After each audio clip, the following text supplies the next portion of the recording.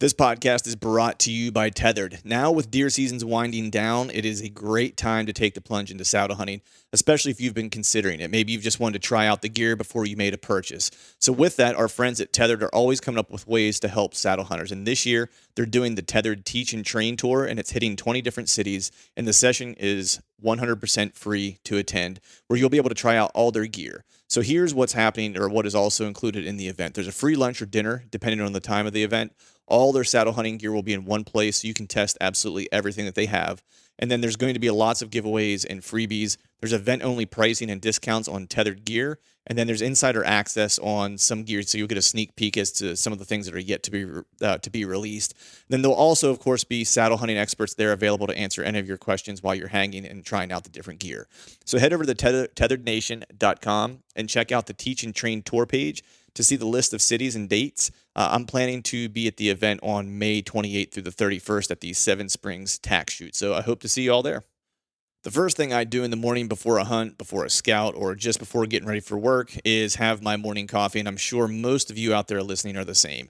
Make sure you're filling your mug with Skull Brew coffee, as it is the only coffee company that is both 2% for conservation certified and donates 10% of its profits to conservation organizations to help secure the future of our wild places. So head to skullbrewcoffee.com and choose between 3 killer roasts of coffee and know that you are supporting conservation with every sip.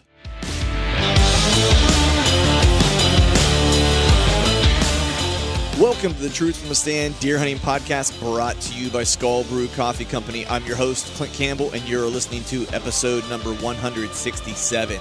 Today we're talking Missouri Hunts, Public Land Challenge, and the new Phantom Saddle by Tethrd with my good buddy, Greg Godfrey. So stay tuned.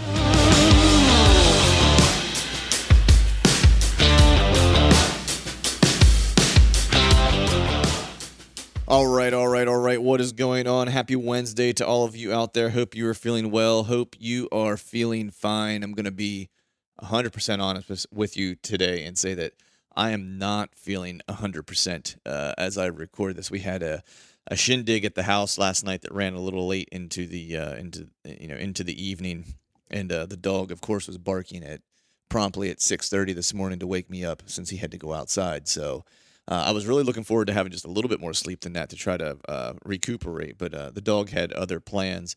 But got a cool show for you today. But before we get into that, I'll just kind of recap what I've been up to lately. You know, 'tis the season for shed season, of course, and scouting. You know, I do shed hunt a little from time to time. You know, you've heard me talk about it on here. But I'm not a complete shed nut. I wouldn't go as far as to say that. I do enjoy getting out, but it turns into a scout, and that's what I did this past weekend. I know I'd mentioned there's a couple different pieces of public that I was trying to get to, and there was one that was a couple thousand acres that I wanted to try to check out, and so I headed to that this past weekend on Saturday morning with the pup, and had a little bit of time before we had to, the shindig started at my house, and so I wanted to get out for a couple hours in the morning. Did that, had two places kind of marked that what looked like to me on the map to be clear cuts, and I'd never been on here, this piece before, and so, the trick is that how accurate are the maps you're looking at, and then how accurately are you interpreting what you're seeing on the maps. And so in this case, I wasn't really interpreting them accurately at all. I mean, it looked like clear cuts, but once I got in there and started scouting, it was just basically, they were at one point clear cuts, and it was super thick, but it was, the variety that there's, everything's kind of grown up to the point that there's not really much understory there. So there's not a lot of browse in there for the deer. Big kind of boulder fields and stuff like that, huge rocks to kind of try to navigate through and stuff like that. So I didn't really see much deer sign at all while I was in there. There was one spot that I ran across that might have been decent. It was kind of what Greg and I ran into there a couple weeks ago, a mountaintop swamp, but this one was a much older, clear cut that was surrounding it. So even within that, there wasn't any, there was zero sign that I'd found. And I also found some sign of folks who were hunting that particular area. There was a tree that was marked up from a climber that was pretty clear. And then to seal the deal, below that tree, someone had dropped their quiver with their crossbow bolts and left it lay there. And so I found that. So that, of course, was off the list, and there wasn't really much there to try to hunt there anyway, so it wasn't like I was planning to, put any time into that spot. So then I kind of jumped out of there, and it was time to try to head back home. So my plan was, really as I was walking back to try to see if I saw any places or rubs or rub lines where they started, near the walk out to where I could kind of mark and then maybe come back in the future and scout those rub lines out, or if it is in fact a rub line, and check those out a little further. Because as I said, this is a big piece. It's over 3,000 acres, a big piece for around here at least. So I'm gonna have to hit it a couple more times to kind of hit all the interest points that I have there. But on my way out, I did find one area that was of interest where it was probably, what was for sure the best sign that I had found. What had originally caught my eye was just like this little grassy area where it looked like a good place where deer would kind of stage before they would kind of cross this access road. And so I walked back in there, and as soon as I walked back in there, I saw, a deer, some tracks, no, there was no, big buck tracks or anything like that, but it was just at least a place where I had seen where deer were spending time, and that's how they were traveling. So I started kind of looking around, and sure enough, there was a rub that was there that was an old rub, but, at least I had some historical sign that was like of decent size. And so I was like, okay, so there's been bucks that had spent time here in the past. I kind of walked back that path, or that deer trail, maybe 50 yards or so, and I found a couple more rubs. And then on my way out, actually, I found two that were fresh from this year that were decent. So I marked that on the map where I was like, all right, and it's actually in the opposite direction from which I came. But man, I'll tell you what, it's a pretty far hike back in here. So it's one of those things where I'm going to go hike it and check it out. But I mean, the sign is going to have to be pretty undeniable and pretty slamming for me to make a walk back in there. Um, that far, because I want to say it was probably, man, it was probably a good 2.5, maybe. I don't think it was quite 3, but it was probably 2.5 miles. 'Cause I did a total of about 6 miles yesterday on the loop that I did, and that place would have been at about the halfway point. So, and then it was pretty close to 2.5 to 3 to get out. So it's a place that unless there's just knocked down, drag out, stupid sign, I'm probably not going to spend any time hunting. Now I will finish scouting it, but um, even for me, that's a hike that I'm only going to make if I know that there's something back there that's worth chasing. So, with that, I did pull one last camera that I had out, had set up, and was really kind of holding out hope. It was an area that I'd found a shed at the end of December, and I was holding out hope that I would get a couple bucks on this camera to tell me that there were a few on this particular piece. I ended up hanging the camera in, during late season when I went in for a late season hunt. More as I knew it was probably gonna be the last time I was gonna be in there, so I hung the camera just to kind of do an inventory of what bucks might have made it through the year. And this is in an area that I had hunted last year and this year, and last year had great deer. This year I had a hard time finding any bucks to try to chase in this particular area, at least on camera. And this camera was pretty much dead too. I was pretty disappointed. There was a few young bucks, but I was expecting to see at least one of the shooters or a shooter, that I hadn't seen yet before because I'd never run cameras on this particular piece. But it was a pretty disappointing card pool. So in all this year, my card pools, in the eastern part of PA have been pretty, early season. I had a couple decent deer that I got on and had some opportunities with. But other than that, most of the places I thought were going to be really good this year just were, I had squadouche for trail camera pictures. So that's kind of the scouting update and deer update. But I did mention, having a little bit of a late night, and that is because last night, as I'm recording this on a Sunday, my wife and I throw an annual wine tasting paired with wild game. And the reason we do that is, for one, we invite some folks over who are non-hunters and stuff like that, who are friends of ours, and get them, allow them the opportunity to experience wild game. And sometimes, we try to invite a few new folks every year, that may not be as familiar with hunting, the hunting culture, and so on and so forth. So it's really an opportunity for us to get together with some folks, pair some good food with some good wine, and then open up conversation around hunting and conservation and all those things. So it's an easy way to have that conversation with people who may not have a lot of background on those topics. So that's what we did last night. It was killer. A few folks had to call out because they were sick, and I was glad that they weren't willing to bring over their stomach bug to our house. So that was good. But on the menu, what we had, I'll share the menu with you. I made an Instagram post about it, but we had chucker and pheasant nuggets, which and venison al pastor, which was brought over by a new friend of mine. His name's Trap, that lives close by. His wife and my wife actually work together, which was super cool. He's a hunter, of course. My wife made some moose carbonate. I think it's carbonate stew. Basically, it's moose with beer in it. It turned into a stew. That's how I look at it. and then a roasted duck with mango chutney. So that was on the menu, and then we tasted a bunch of different wines. And I know I've talked about this wine company in the past because we did this last year. It's called One Hope Wine. It's a cause related business. So every bottle of wine that they sell, they have a cause that's associated with it. So whether it's autism or kids with disabilities, or helping women who are in abusive relationships, or whatever the case is, each type of wine that they have has a cause associated with it. So my wife are happy to support them, knowing that our funds are going to a good place. But the cool thing is when we do these wine tasting parties, you taste a bunch of wines, and we do this mystery tasting, and they give a bottle of wine away if whoever guesses the wines correctly or whatever. And then you can order cases and stuff like that. And the cool thing that they do is when they throw these parties at your house, they donate 10% of everything they sell at your party to a charity of your choosing. And so my wife and I donate our 10% to a local conservation organization, the Heritage Conservancy, which I'm a member of, which is super cool. So these are easy ways to give back to conservation, is just by having a party and drinking wine and eating good food. So it's not always necessarily that you have to I guess create some big show and generate a ton of money. Every little bit helps, and as long as you're fighting the good fight, I think then all is good. And that was what we were doing last night, was having that show, or having that party. But with that, I think now we'll go ahead and turn it over to the podcast as originally scheduled. I have an awesome show for you today. My good buddy Greg Godfrey is on. You might recognize his name as he's been on in the past. He is one of the owners of Tethrd. They, of course, have their new Phantom saddle that is coming out, or that is out as of the launch of this.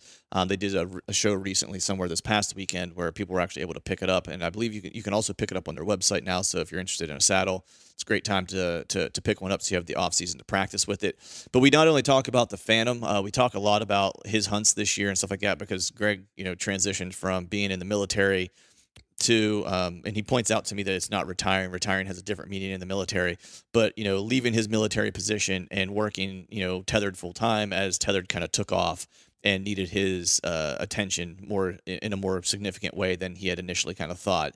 And so with that, he found that he had some free time on his hands to be able to go do some hunts. And so he ended up hunting, I think, 5 different hunts this year. One was elk in Colorado. He did a Missouri hunt, which he killed a really good deer. Ernie killed a bunch of really good deer too this year. They did, of course, the Public Land Challenge with the Hunting Public and Dan Enfalt, Eberhart, Andy May, all those guys. So we talk a little bit about that as well. So before we jump into the podcast, I just want to say thank you to all of you for listening, as always, and have a good week. All right, folks, welcome back to another episode of the Truth from the Stand Deer Hunting Podcast. Actually, now that for this guest, I'm going to change it for this episode, and we're going to call it Truth from the Saddle, because I have on my good buddy, Mr. Greg Godfrey from Tethrd. What's going on, buddy? Oh, man, I'm glad you changed it. I always, we've been on the podcast a few times now, and it always bothers me having to come on the Stand podcast. So it's a good thing you fixed it. Yeah, I know. I got to fix that pesky thing. Maybe maybe a rebrand or something like that might be in the future. I was thinking, actually, oddly enough, I had been thinking about just calling it the Truth Podcast, because we're just spitting the truth here. That's all we do. That's a cool idea.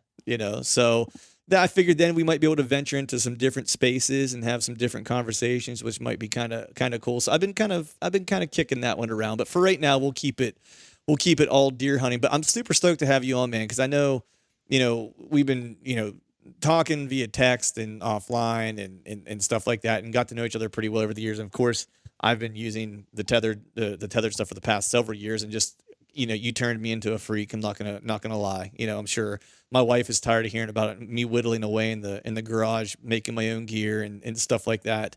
But I'm very appreciative of it. But it's super cool to have you back on, because we haven't really seen each other face to face since I think ATA of 2018. I think was the last time we actually saw each other's face.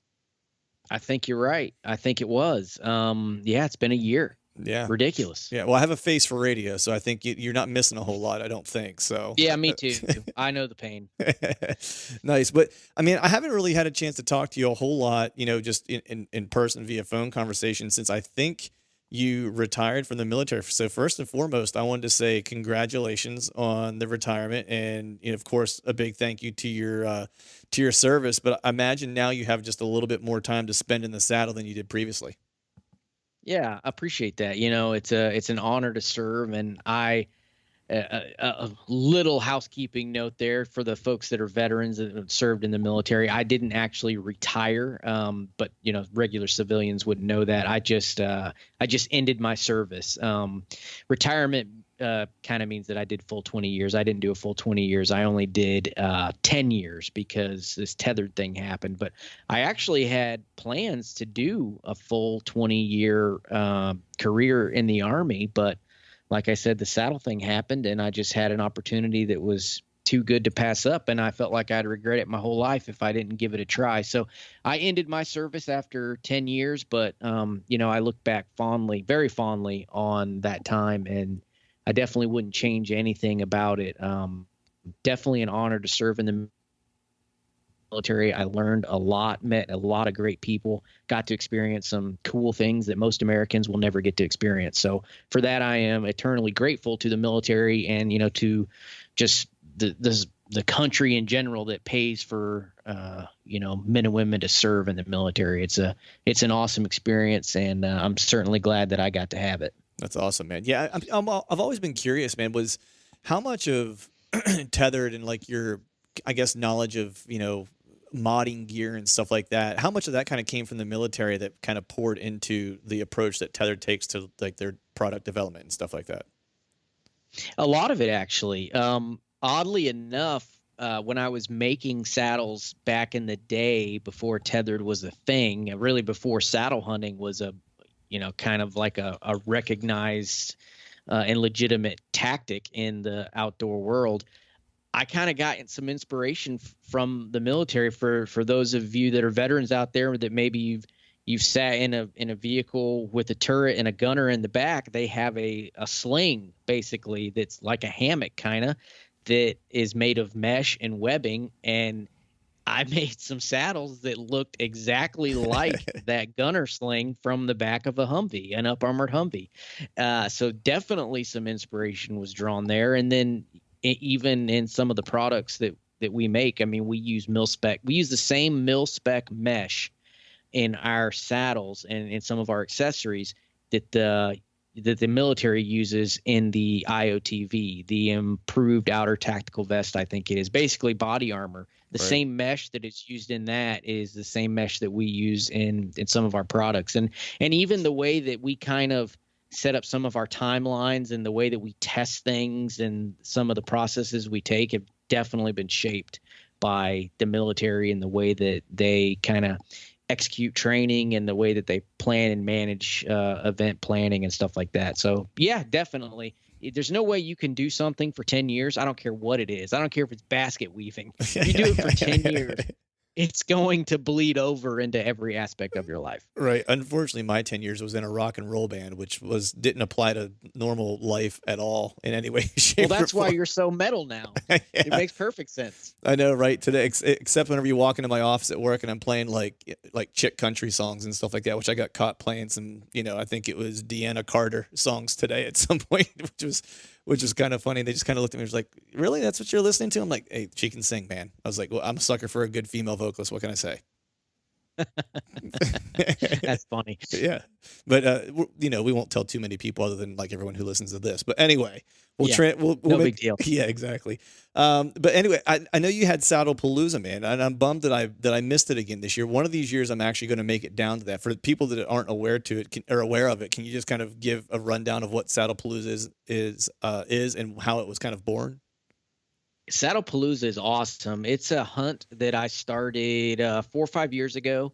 I host it here in Savannah, Georgia, actually on a military installation on Fort Stewart, which is an Army base here in Georgia, in Southeast Georgia.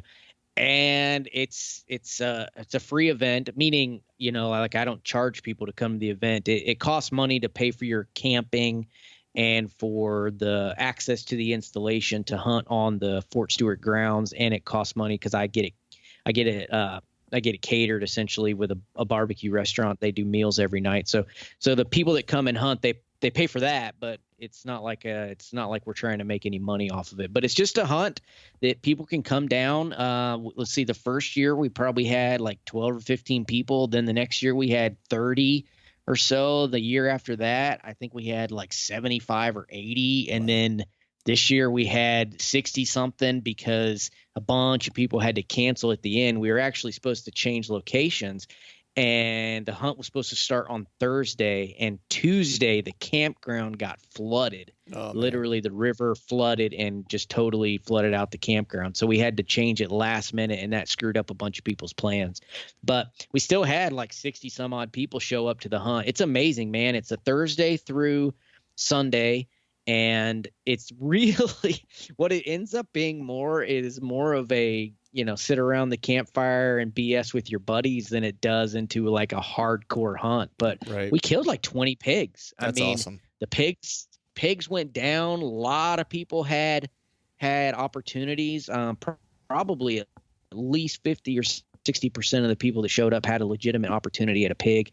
And the other cool thing about it is that it's people from everywhere. I mean, we have people from Missouri and Texas, West Virginia, Minnesota, Michigan, Ohio, pretty much any state we've had probably, I bet we've had most states represented east of the Mississippi. And I mean, pretty much all of them, they've all been there, and it's just a really good time. It's a lot of fun, and we kill pigs too. So it's tough to Nice. beat. Yeah, not bad when you can literally bring home the bacon, not even That's right. figuratively. That's awesome. I've never pig hunted, man. That's one thing I want to try, and I always tell myself I'm going to come down to it, and then every year it's like I either forget what time it is or when exactly it is, or I have something going on. Like this past weekend, I was out scouting, so I wouldn't have been able to make it. I had a trip that was planned and so forth. But one of these years, you will see my face in a saddle slinging arrows at pigs in the South, because I just think it'd be a lot of fun. Well, we pretty much base it around President's Day weekend. Oh, really? That's the holiday, federal holiday in February, and this year we didn't because it conflicted with Valentine's Day. We would have had to host the event on Valentine's Day. I think Valentine's Day was on Friday, so it would have been right in the middle of the hunt. So we actually moved it this year, but I think next year it'll be back on President's Day weekend. So theoretically, a lot of people might have that Monday off work, so you can hunt Thursday through Sunday, then drive home Sunday, and then you have Monday to get ready for work or whatever, or drive home Monday. So put it on your calendar now. President's Day weekend 2021, Fort Stewart, Georgia, Saddlepalooza. Making the bacon. Yeah, I won't even charge you for food, man. I will cover your food if you will come down and hunt with me. All right, I got to put it on my calendar then, 'cause I could have used a trip south this year. The truth be told, I need a little bit of warm weather and a little bit of thawing out is what I think I need in my life right now. So next year, perfect opportunity. That's right. Next year it's on the docket.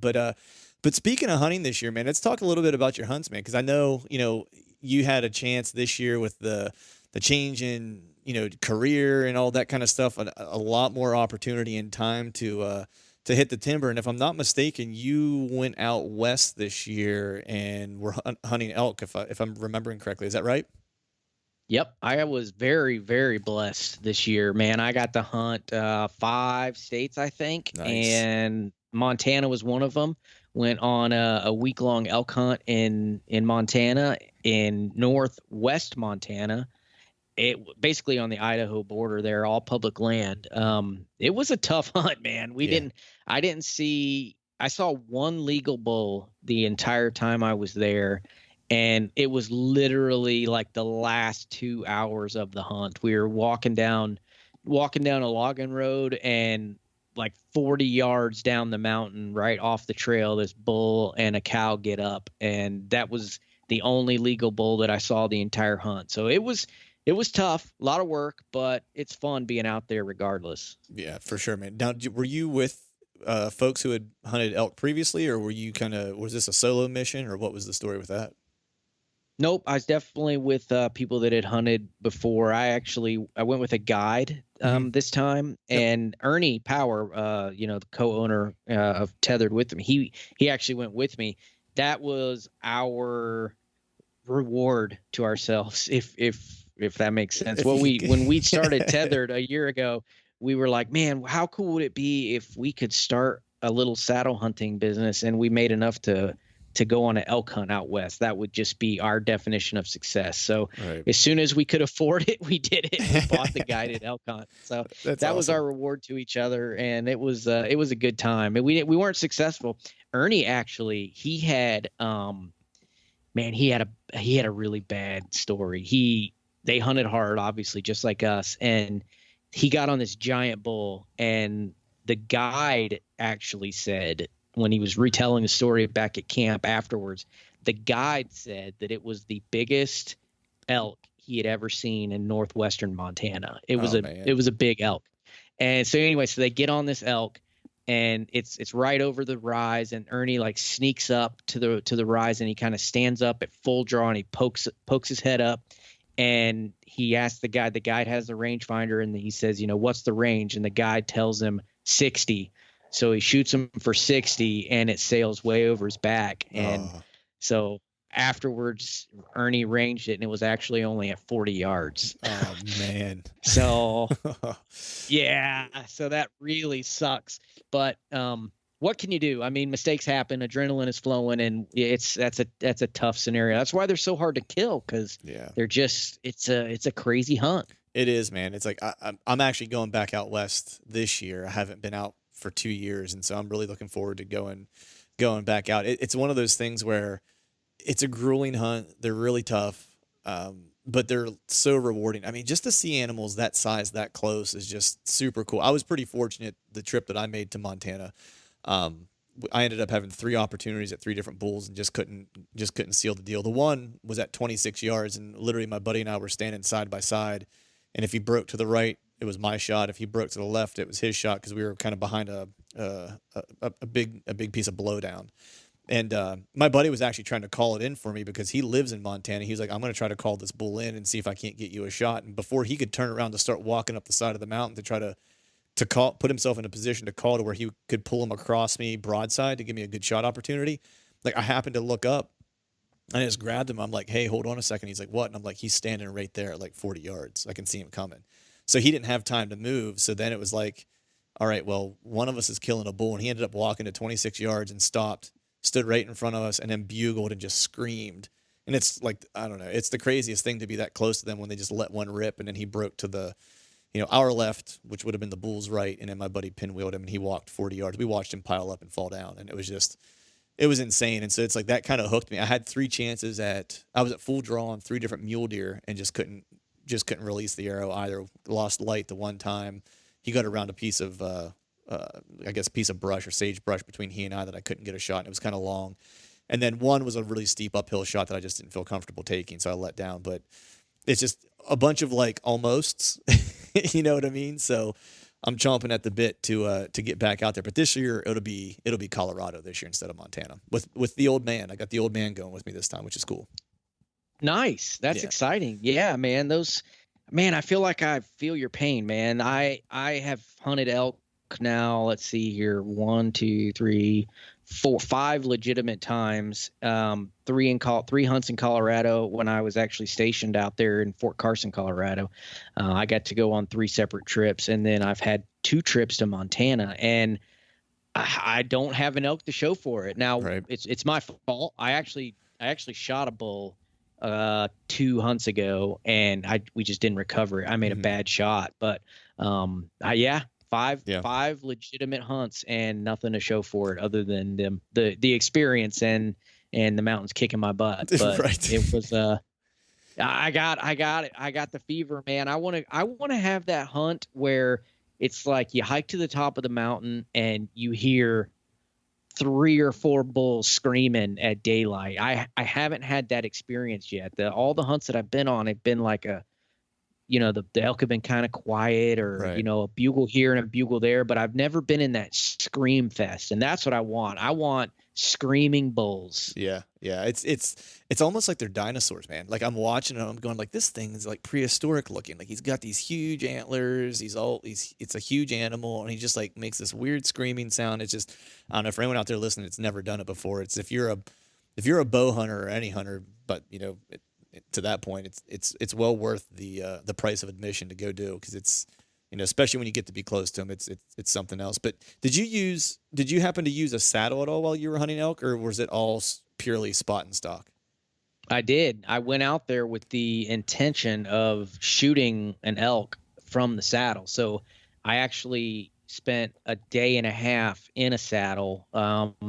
Matter of fact, the first hunt I ever hunted out of the Phantom saddle, which is the one that Tethrd is about to release here real shortly, is on the elk hunt. I sat from daylight to dark, the first hunt of the year in the saddle, and it Nice. was tough, man, sitting that long for without kind of getting in shape for hunting season. It was a tough hunt, and not to mention I didn't see a single elk or deer all day long, so Right, that was right. not fun.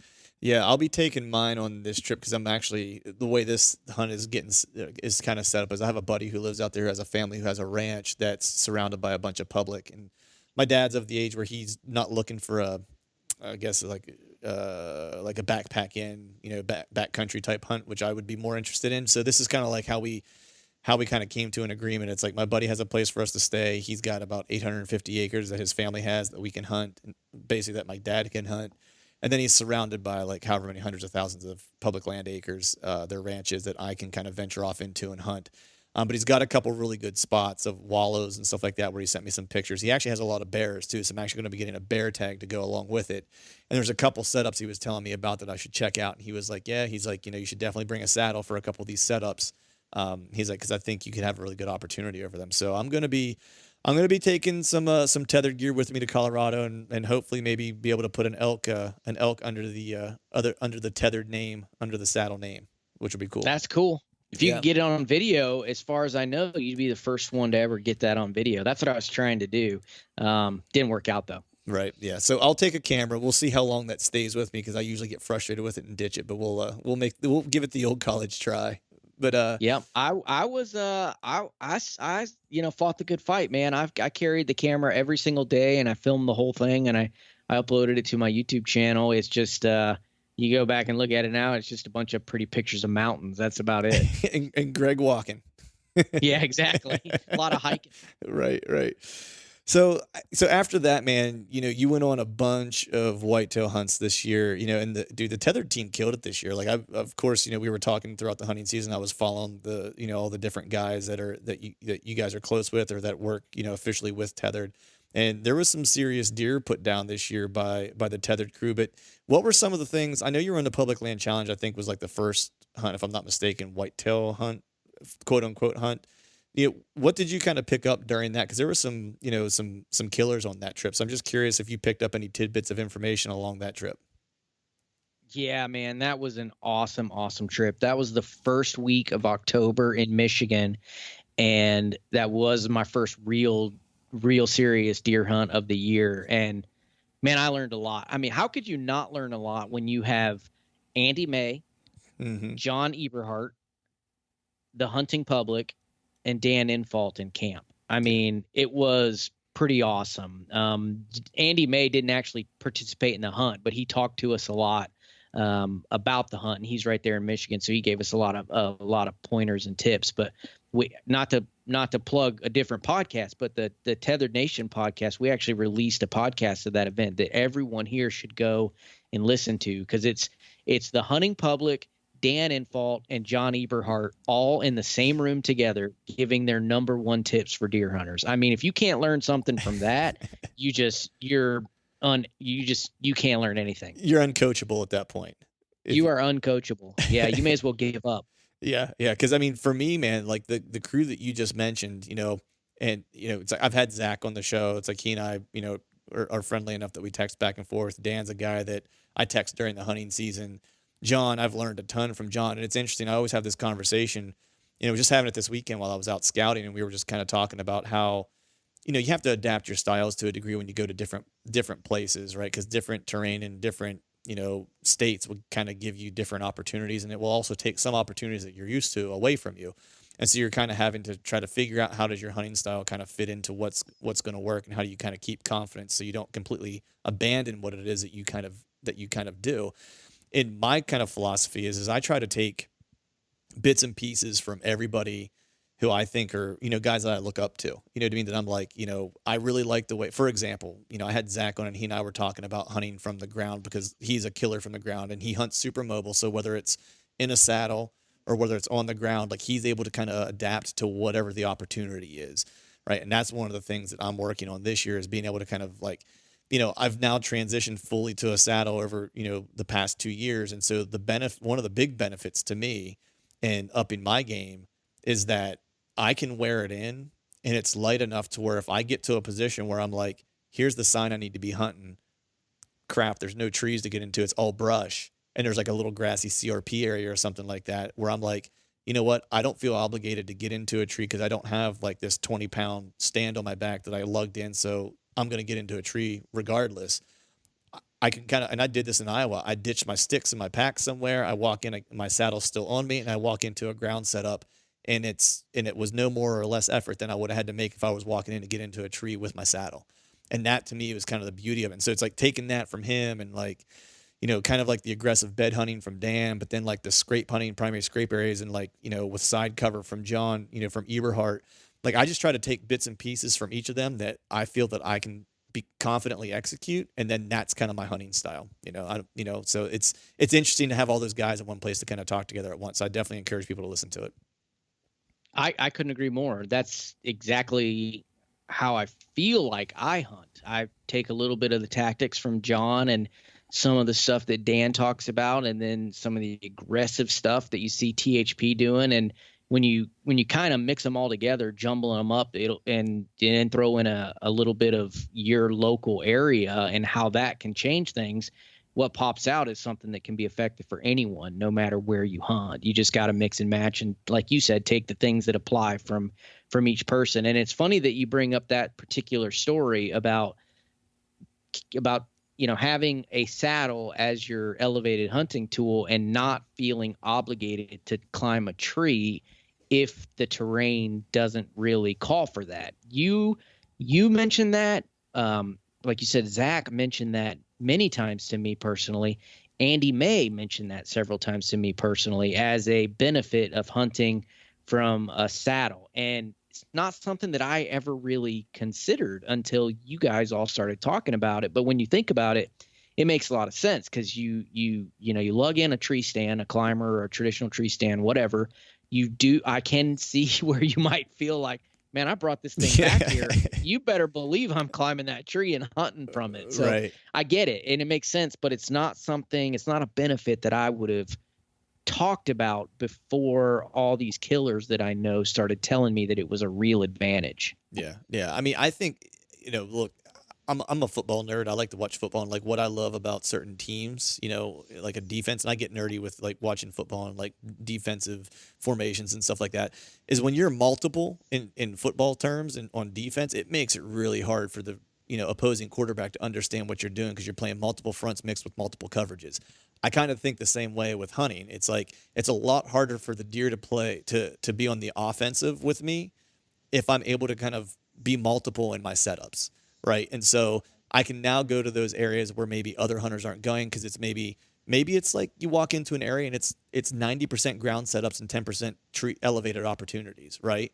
Well, like 95% of hunters are going to probably avoid that place altogether because there's not very many elevated opportunities. And if the sign or the best kill position isn't from an elevated position, then they're not hunting it at all, right? And so that's kind of why I started looking at it that way. It was just like, there's a lot of places that go unscathed just because there's not the right elevated setup. And it doesn't mean that the saddle doesn't still come into play because I've learned to use my Predator platform as a seat to some degree on the backside of a tree and where the shade is to stay in the shadow, or, even at times being able to just get up off the ground a little bit because I need to see over brush just a little bit. Like I don't want to be 10, 15 feet off the ground. I literally want to be 3 or 4 because I want to see over this little brush line, and I'm going to attach myself into the tree and be like 4 feet off the ground so I can still use the tree as my barrier to my advantage, but it's almost like hunting from the ground. So it's a little bit of the best of both worlds.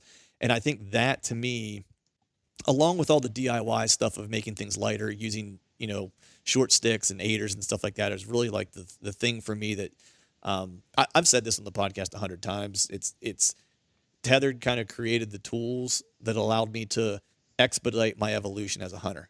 and basically am forever grateful that you guys created the company, because it was like one of those things. Once I found you guys, it was my evolution as a hunter was like night and day, and over the Dude, course that of 2 means a years. lot, that you feel that way. And we received countless emails and Facebook messages and Instagram messages and messages on forums and stuff that from guys that are all kind of saying the same thing. And I don't, it's kind of humbling that a couple of knuckleheads like me and Ernie could start this thing that ended up impacting so many people. It's really cool to see how it's played out over the past 18 months. And I got to be honest, man, based on the feedback that we received at ATA this year and the feedback that we've been getting from the hunting community at large, I think we're just scratching the surface for what saddle hunting can do for this industry and for the advantages that hunters can find when they transition to a system like this. And I don't even care if you use the tethered system or the stuff that I came up with. Just having the saddle tool in your toolkit is going to Mm-hmm. make hunters, in a general sense, so much more effective. And I'm excited to see what happens this year and moving into the 2020 hunting season. I think it's just going to be a lot more efficient killers out there. And that's why we do it, is to make people more efficient and train people on some tools that will make their lives easier. Yeah, no, I 100% agree, man. I think one of the things that is somewhat understated about this, the kind of prevalence that saddle hunting is having now, and I've seen it firsthand. I think it's no big secret that we talk about hunters, recruitment being lower, hunter numbers are going to down, and the baby boomer generation is starting to age out of things and stuff like that. And a lot of it is because just physically they're not able to maybe carry a stand, or they're setting some presets and maybe they're just not having the luck that they used to have, hunting presets versus hunting mobile, whatever the case is, right? And so I had two instances this year. One, when I was in Iowa, I ran into a gentleman who is, I think he was 66, and he was ground hunting. And, I ran into him at the parking lot, and he saw me walk out, and looks at me. He's like, "Hey, you've been getting after it, buddy." He's like, "I've been driving by in the morning at dark. You're already in the woods." He's like, "I come by after dark, drive by. Your truck's still here. You're still in the woods." He was like, he's like, "Are you actually even ever going home?" And I was like, yeah, I'm making it home. And he was looking at me. He's like, "Do you have some preset stands down there?" And I was like, "No." I was like, "I'm from out of state." I was like, "I'm just hunting a fresh set every day." He's like, "Well, what are you using?" And I was like, I looked at him and I said, "I'm wearing it." Like, and he just kind of looked at me. He's like, "Well, what is that?" And I had some short sticks, and he was like, "Let me show me those sticks." And I modified them myself, and I was kind of showing him that in the aider. And he's like, "Well, what are you actually sitting in?" And I was like, "Well, I'm wearing that." I was like, "It's a tree saddle." I was like, Tethrd makes it, and I showed it to him and the ropes and stuff like that, and we exchanged phone numbers, and we stayed in touch on the trip. And he would text every day, see how I was doing, and if I got anything and whatever. And he was super stoked when I finally killed one.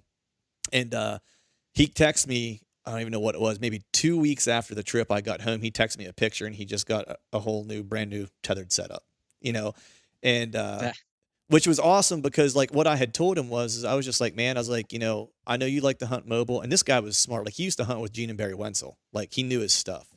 Oh And yeah. and I just said to him, I was like, he invited me back for a beer one night after I missed that one big deer. He was like, "Hey, why don't you come back and have a beer at my place, blow some steam off?" And I went back to his camper, and we talked for a little while. And I was just like, "Hey," I was like, "I don't want to be too forward or anything like that." I was like, "But you said this will be your last trip to Iowa because you're getting older, and you just can't do this anymore. And some of the setups you want to be in are elevated, and you can't carry a 20-pound stand around anymore." I was like, "Man," I was like, "a saddle will keep you mobile and in the woods for a bunch more years if you want to." I was like, "So," I was like, "You might want to look into it."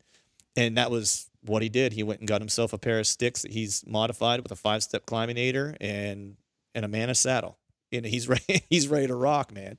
And That's so cool. yeah, and I think that that's like an opportunity to kind of keep some of those elder statesmen, in the timber longer and being mobile. And I did it with a buddy of mine, Tate. Took him down to our family farm over Thanksgiving and said, "Hey, why don't you try this out?"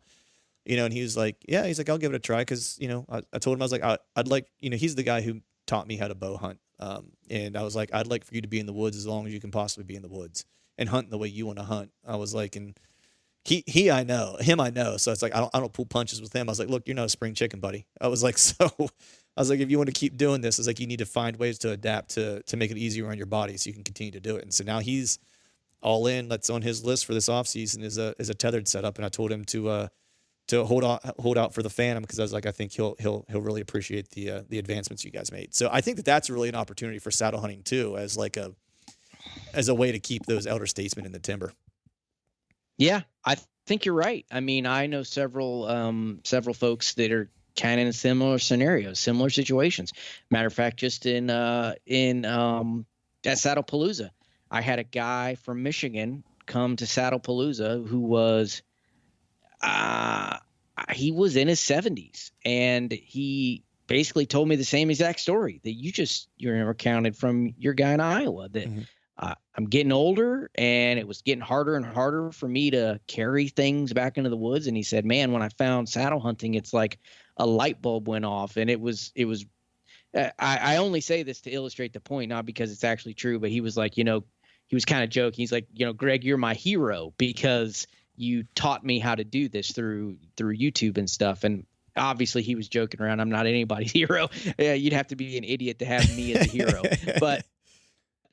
But it's funny that he would say that as a 77-year-old man, saying something like that. It's the reason he said it is because he was so happy that he found something that got him back into the woods that he was so thankful. And it was really kind of him to say, those nice words to me. But really, at the end of the day, it's just cool that some like you said, some of the elder statesmen in our community are finding ways to stay in the woods. That's what it's all about. Yeah. Because I mean, they got a lot to offer, not just being role models to a degree, but also being there to help younger folks along the way, to teach them some woodsmanship, so we don't lose some of those things entirely when those guys kind of age out of the woods. So keeping them around as long as possible, I think is important for our heritage overall. And for me, it's meaningful, because I personally have a dog in the fight with a couple older fellas that I like to see stay in the woods, just because I like to watch their enjoyment of being in the timber. And it's quality of life, man. You know what I mean? It's like a day in the timber will erase a really bad week at work. So Agreed. But I want to know, man. So you had a bunch of great hunts last year. Your Missouri hunt, dude. You got on a nice deer in Missouri, right? Man, that Missouri hunt was, it was amazing. Now, I have hunted like you and like a lot of your listeners. I've kind of hunted all over the country, man. I've hunted in New York and Indiana and everywhere. Illinois, Wisconsin. I've hunted in Saskatchewan. I've hunted all over the Southeast. I've hunted in Kentucky. I mean, I've hunted almost every big buck state there is, except for Iowa and Kansas, and those are on the short list. Yep. But this was the first time that I hunted Missouri, and holy cow, that place is amazing. It was a blast. It not only is the state cool, but the way that we were able to hunt was really cool. So we used bikes to access some terrain that was very difficult to access by foot. And it was just a really, really fun hunt. And I ended up shooting my second biggest bow buck ever. And it was an awesome hunt. I got to hunt with a bunch of cool dudes. I got to hunt with Garrett Prawl, the DIY sportsman. Nice. I got to hunt with Taylor Chamberlain, the urban bowman, the dude that shoots like 300 deer a year and hunts 200 days a year. I know you've had him on your podcast. Yep. And so I got to hunt with him. We ended up killing, let's see, I'm going to say it wrong, but there was, I shot a buck, Garrett shot a buck, Taylor shot a buck, and Ernie Powers shot a buck. So there was four. That's four out of who else was in camp? There was 6 of us in camp. So my brother Bobby was in camp as well, and then Jared Schaefer was in camp as well. And they were the only 2 that didn't get bucks, but they both saw mature shooter bucks. They just didn't, they didn't come in bow range, or they came through too fast, or a doe came in and screwed it up, or something happened. But it was an amazing hunt, and we actually saw bigger bucks than any of us got on the ground. I mean, I saw a couple pushing 160. Wow. Nice. Yeah. That's the ticket there, man. Like, you were out there around the same time I was in Iowa. And I remember you were like, hey man, you wrap up early in Iowa. Why don't you just head on down to Missouri? And I almost did it. It was day 6 of the hunt when I It would missed have been that big. perfect. Oh, it's like I literally said that day. I was like walking. I was getting ready to walk into the timber that morning. I was like, man, I was like, it'd be great if I could kill a buck today. One, because it's warm and it's going to get real cold tomorrow.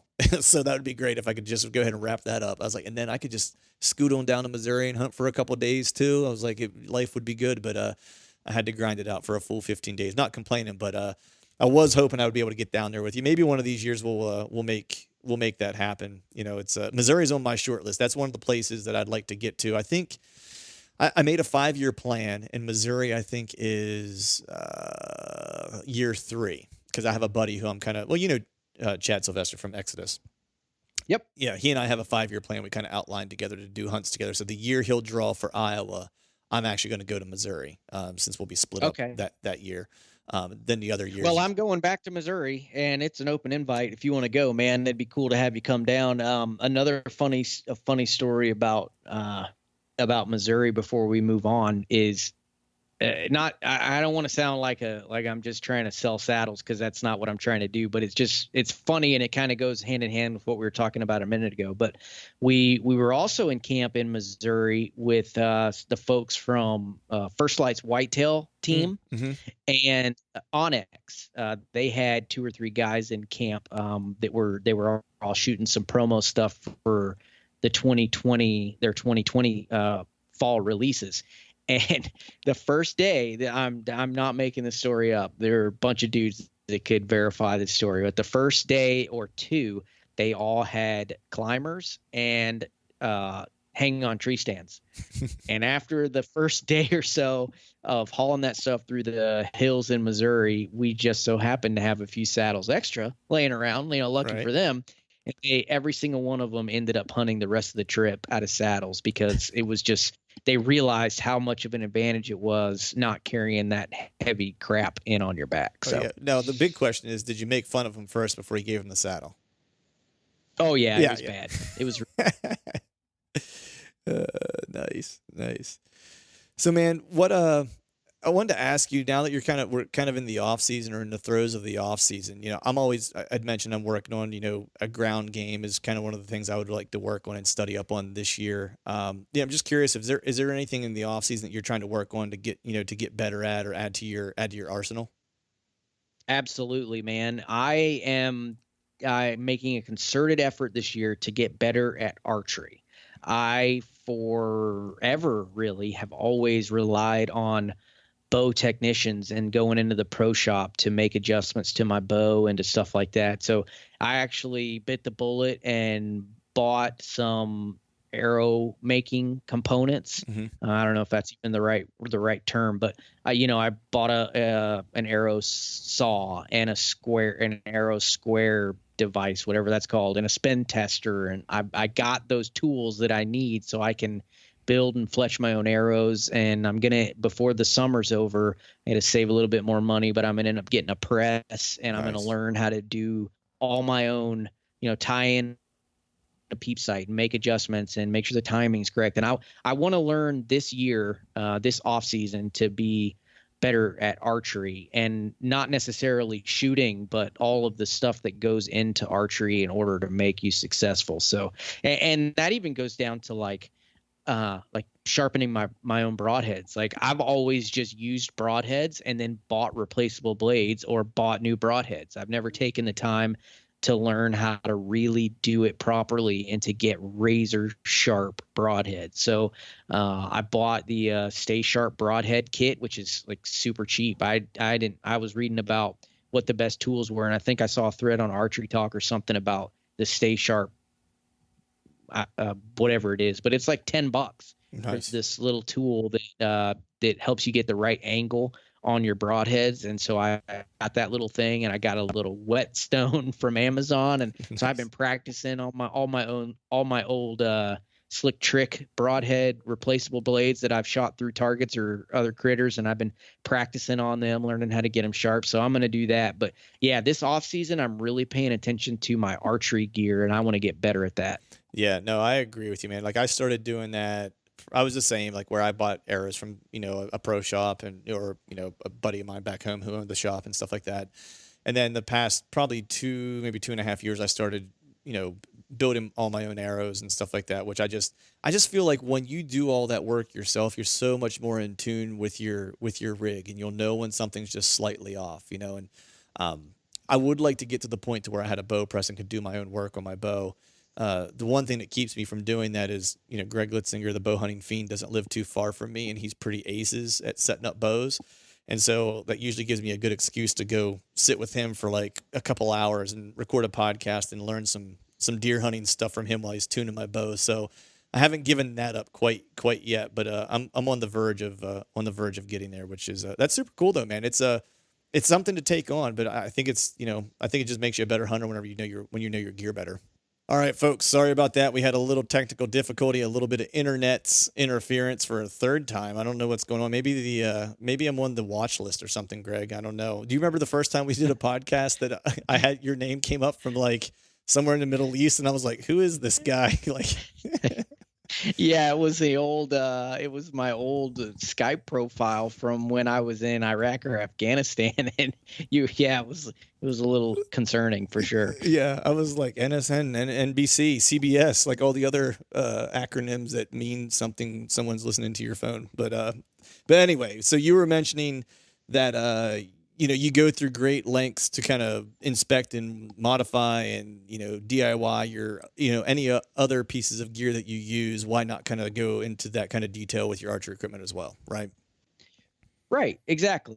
I mean, if I'm going to spend that kind of time worrying about being quiet in the woods, I mean, I should certainly spend the same amount of time, if not more, focusing on being lethal with my archery equipment. So I'm going to do that this year. And you know, I've also, like you said, you've got Litzinger there. I've got my buddy Taylor Chamberlain who helps me with my bow tuning needs. But the problem is I have to mail my stuff to him, and I hate it. So Right. I'm not ever doing that again. And then where I live here in Georgia, the closest bow shop is like 40 minutes away, and I can only do that so often. So partly I'm learning this stuff out of necessity, just because you know, I lose an arrow and I need another one. I don't want to have to deal with ordering one or going to the pro shop. Or if my peep needs a half twist in the string, I don't want to have to drive 40 minutes one way just to put a twist in my string. I want to learn to do that stuff myself. Right. Yeah.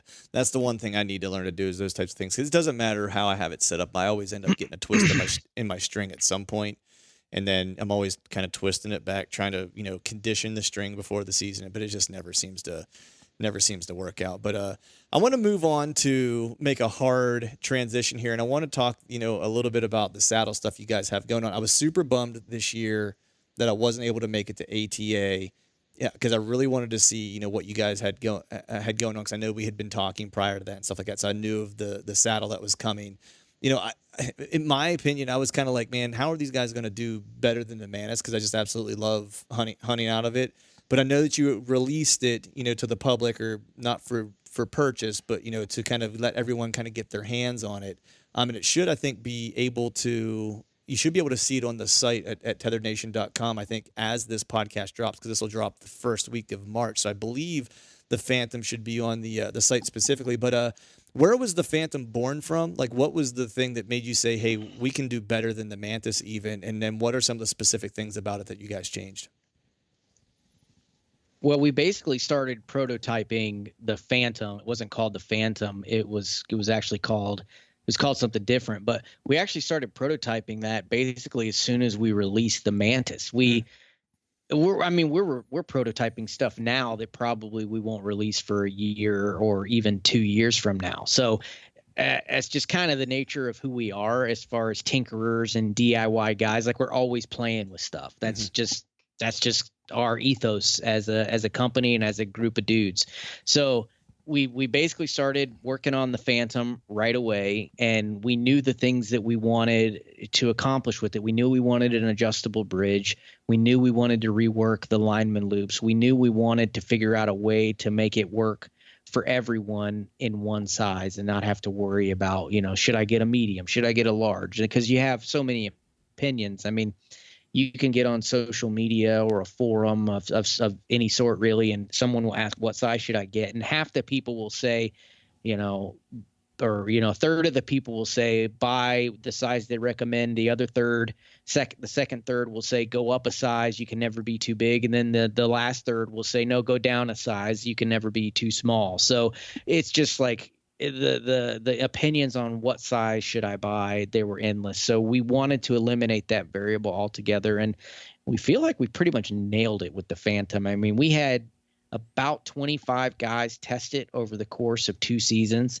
and it pretty much checks all the blocks. It went through about 5 or 6 different iterations before we landed on the final production version. 5 or 6, that's probably actually low. It was probably more than that. But regardless, we landed on the final version, and we've yet to find anyone that doesn't like it. It's a pretty sweet deal.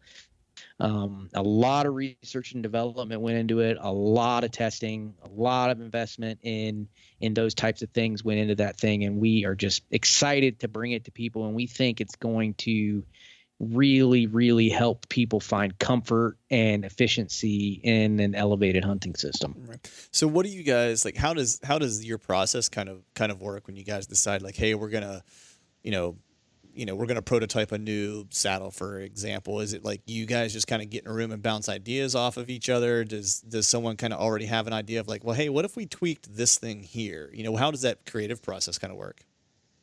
It's the funnest thing we do. It is a total blast. So we have 2 different communication tools that we use all day. So, or every day, I should say. So we have a group of us that kind of founded Tethrd, and we kind of internally call that the founding fathers. And it's a group of 6 or 7 of us. And generally, either someone in that group or in our pro staff group, they'll come up with an idea and they'll say, hey, I was thinking about this. And then somebody else will think about the idea and go, yeah, well, what if we did that, but then we made it this way? And this is all in like I said, 2 communication channels. One is Slack, which everybody knows about Slack. We have a Tethrd Slack channel that we use for that. And then we use a video chat program called Marco Polo. And there's just thousands and thousands and thousands of these video messages back and forth where Carl will get an idea and he'll send a Marco Polo to the team, and then I'll say that's a stupid idea, but it would work really well if we did it this way. And then Carl will say, well, Greg, you're an idiot. It should work like this in the first place. And then Jared will jump in, and Ernie and Josh and Sean and all those guys and Taylor, they'll all jump in. And before you know it, we've just all spent the last 6 hours basically prototyping this thing, just spitballing ideas back and forth. And then we have an ace in the hole with Carl, because right. Carl Kasuth, I call him the Michael Jordan of sewing, but really the guy is just an incredible gear maker. He can make anything. I mean, he's built his last 2 houses from the ground up by himself. Like he does everything. He can make anything. And so we'll come up with an idea, and then Carl will start making it. And this is exactly how the Phantom happened. We kind of spitballed a whole bunch of ideas, and then Carl made the first version, and he sent it to me, and I got my input on it, and we sent it to Ernie, and we got his input on it. And then we ended up, we made a couple of changes, and then I think our process was we made like 5 of them, I think is what we did. And then we sent out those 5 to different people. And I picked people that are big, small, tall, thin, short, whatever. We send them to different people and have them test it. And we do it quick. I mean, this isn't like you're sitting on it for weeks. It's like, hey man, you got 1 afternoon to play in this thing. Take it to a tree, sit in it for an hour, mess around with it, see what you think, and then you have to mail it to the next guy. And then we just kind of bounce these things around between a bunch of different people as quickly as possible. And then we do iterative enhancements to it. And then once we got to a place where we felt like it was pretty close, then we made more of them and sent them to people to actually start hunting from. So right. Now they're taking it out on hunts. And then we started expanding our tester base. So we sent some to the guys from the hunting public, and we sent some to Kenyon. And then we sent one to like some really big dudes that were like on the upper end of the recommended sizing, allotment. And then we sent some to small people, and we had their kids test it. And so that's kind of what we do is we just work through it and then send it out and get a whole bunch of feedback.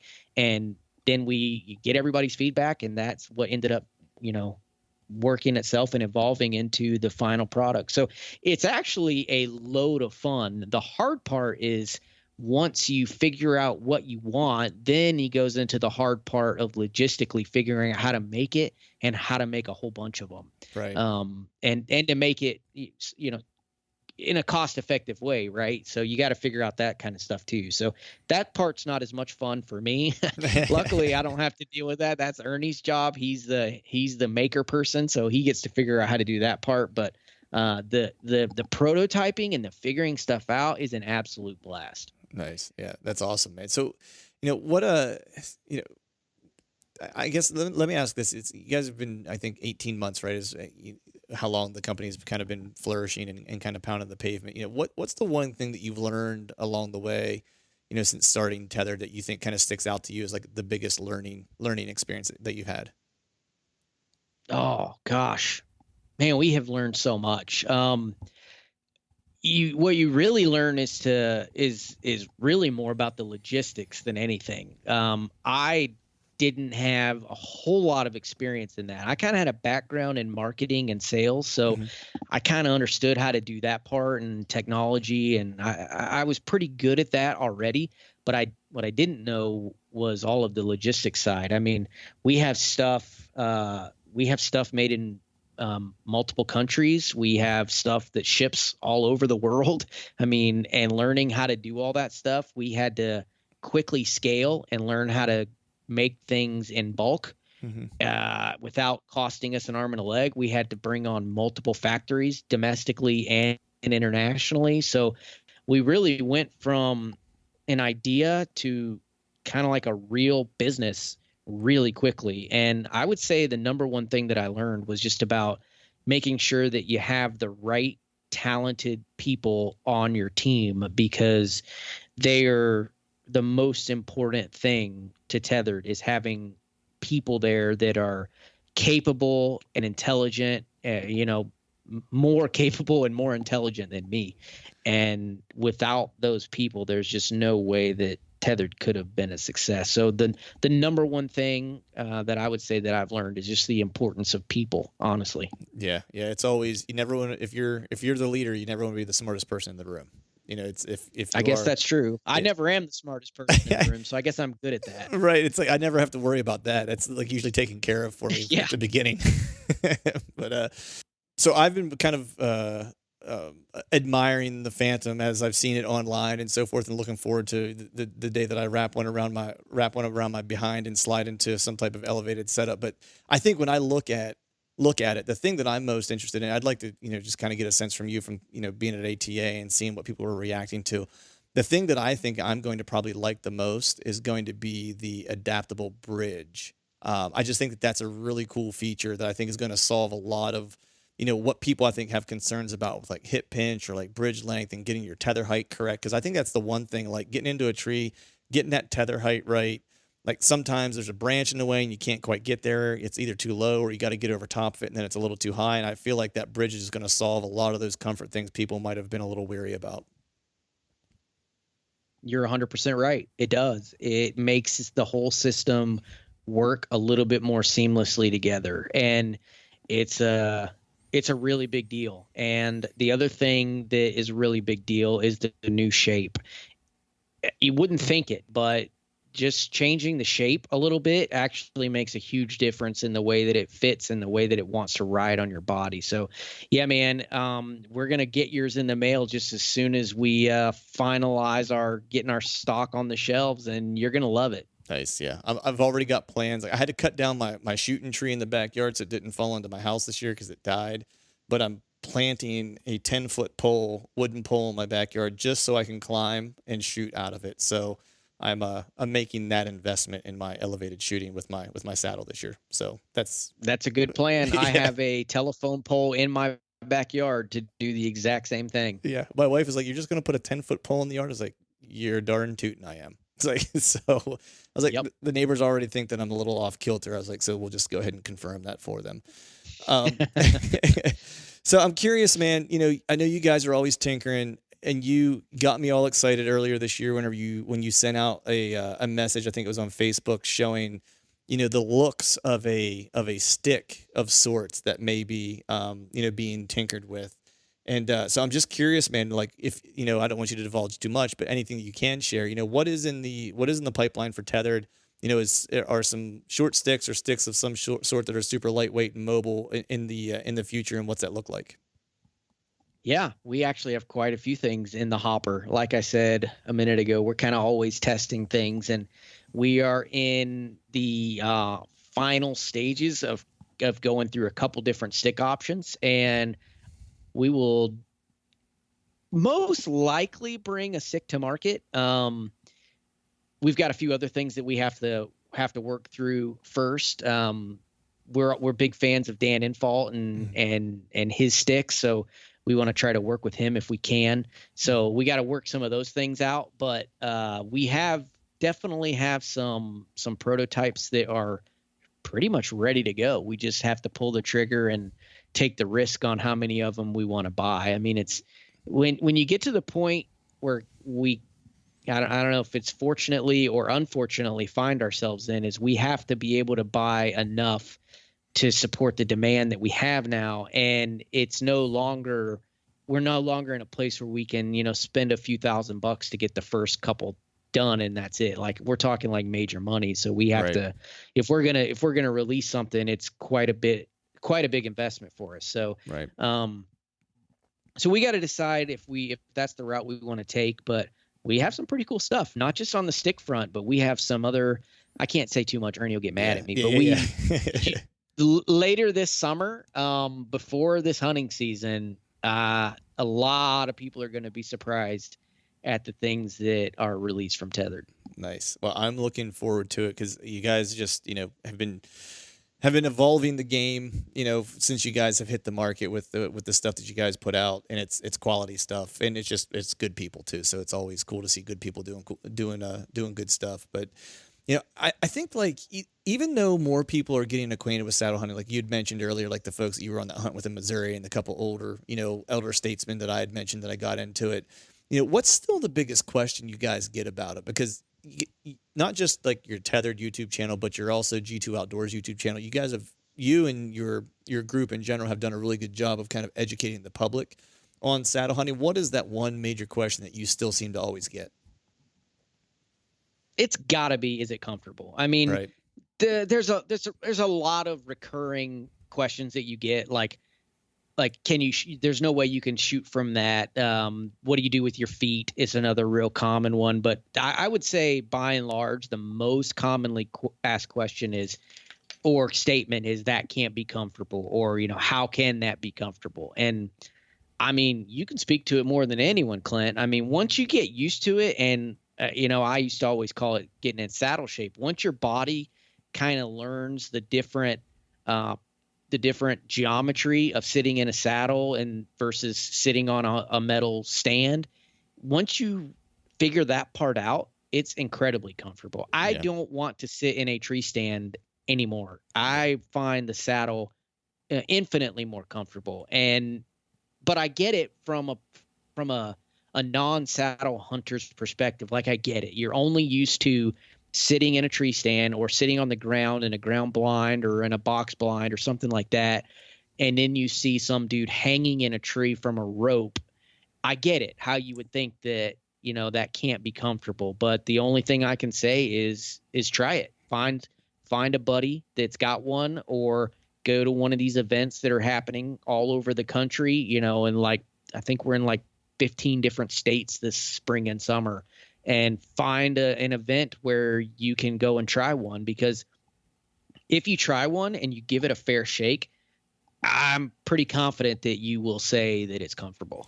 Yeah, that's been my experience with anyone that I've put into my saddle. It's like I'll just invite people over and say, "Hey, you want to try it? Just come over or meet me at this park by my house, and we'll get you into a tree, and you can check it out and see for yourself." And everyone I've done that with, it's like they all walked away going, "I can't believe that was as comfortable as it is." I think one thing when people get into them, like I see a lot of pictures of people kind of leaning way far back in their saddles when they're in the tree, as opposed to kind of keeping more upright and letting the saddle kind of hold your weight as opposed to using your back and your core.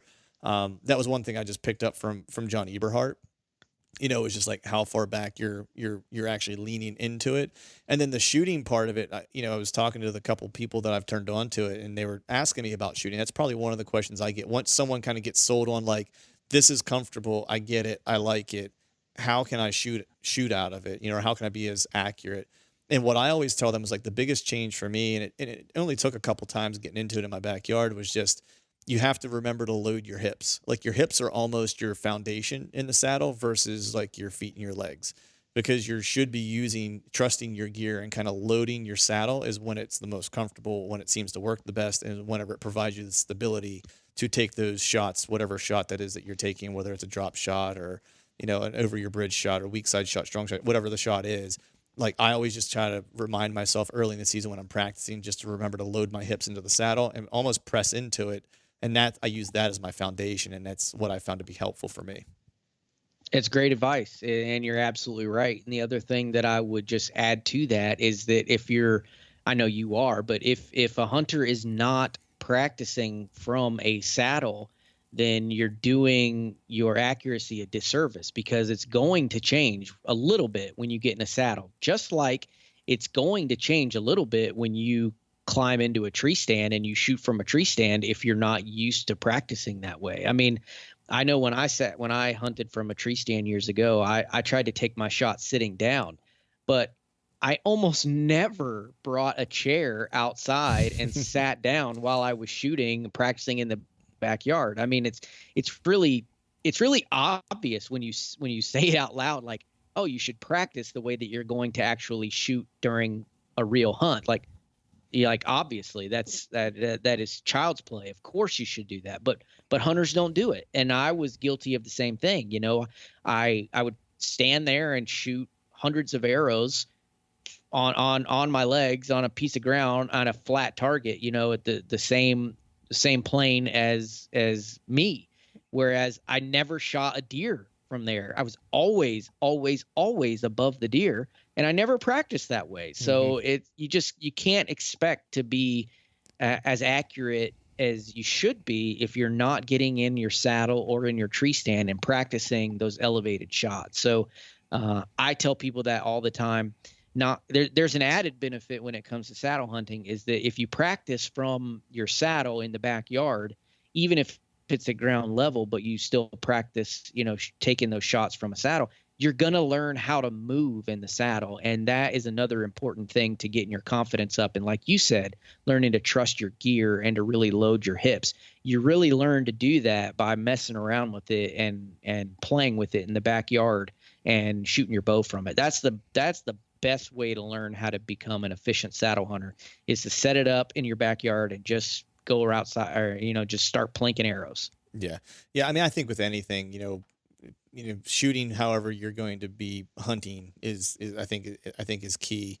I think anytime you're changing or making a change or an adaptation, it's like, perfect practice makes perfect.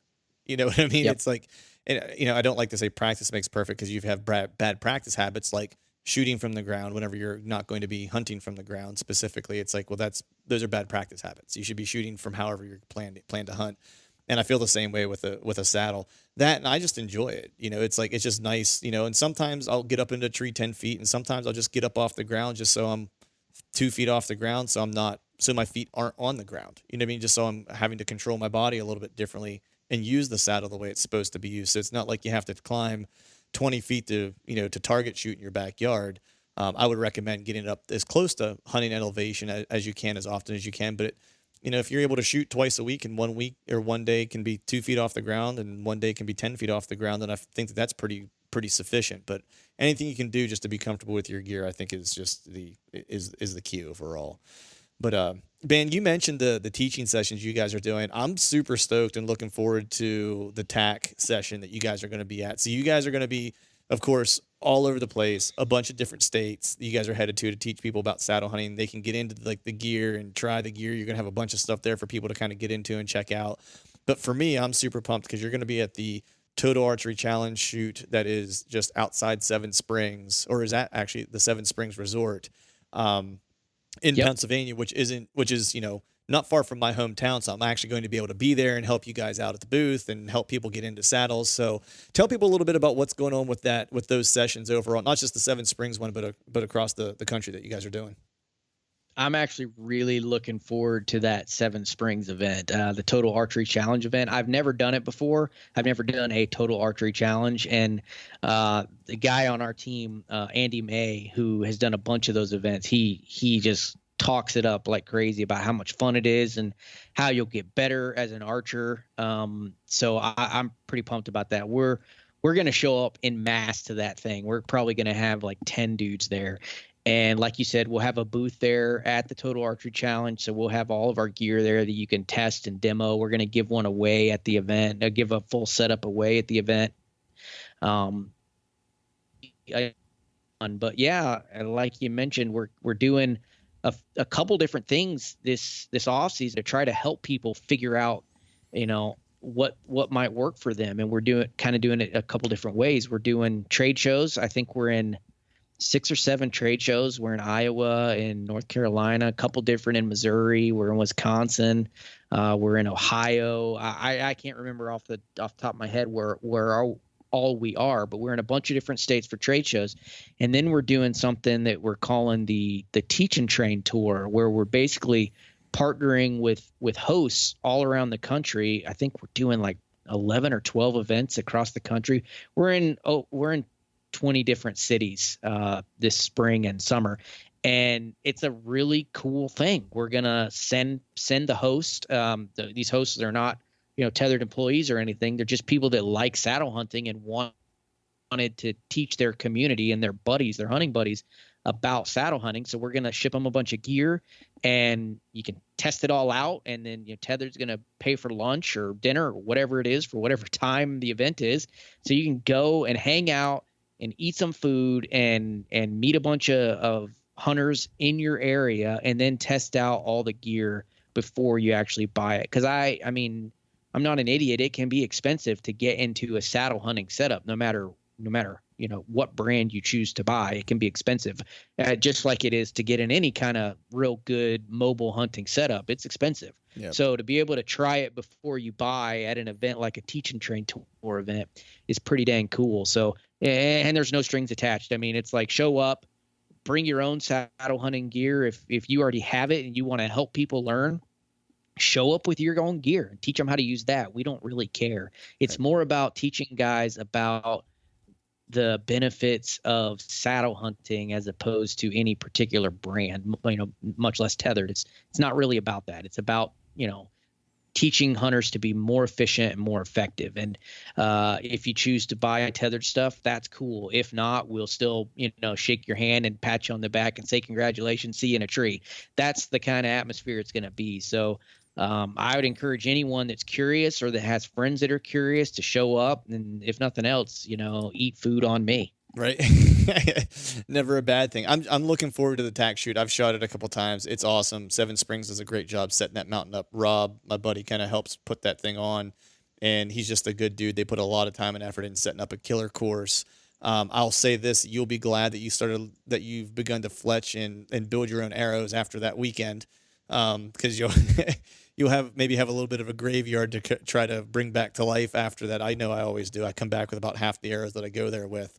But I think that session specifically is on May 28th through the 31st, if I'm not mistaken, and I will be there attending as well. So be sure to stop out and say hi to all the Tethrd folks and check out some saddle stuff. But man, I want to be sensitive to your time, buddy. I'm glad you came on. I'm happy to have you on. I'm super stoked to check out the new Phantom.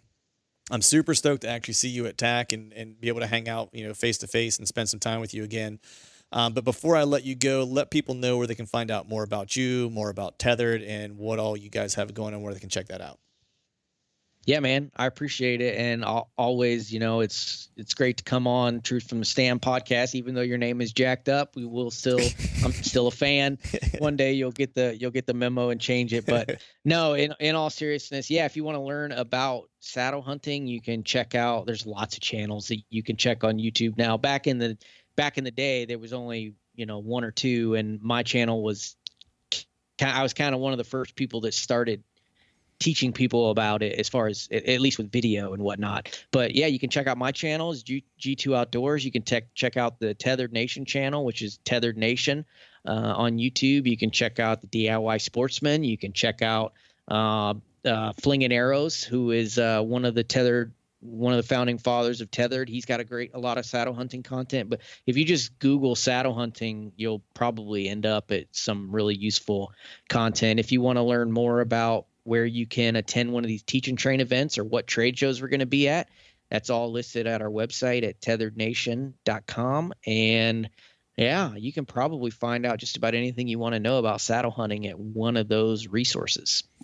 Awesome, brother. Well, I appreciate you coming on, man, and I look forward to seeing you. And until next time, I will let's stay in touch. And I think there's going to be a hunt in our future one of these days. There has to be.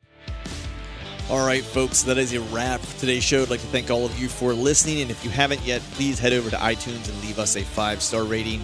And be sure to subscribe to the podcast. And if you've not yet, hit the subscribe button on the YouTube channel as well. And before we shut this thing down, I need to give a big shout out to our partners who continue to help us make this podcast possible. Tethrd, Exodus Outdoor Gear, Skull Brew Coffee Company, Gumleaf USA Boots, and Day 6 Specialized Gear. And until next time, we'll see y'all.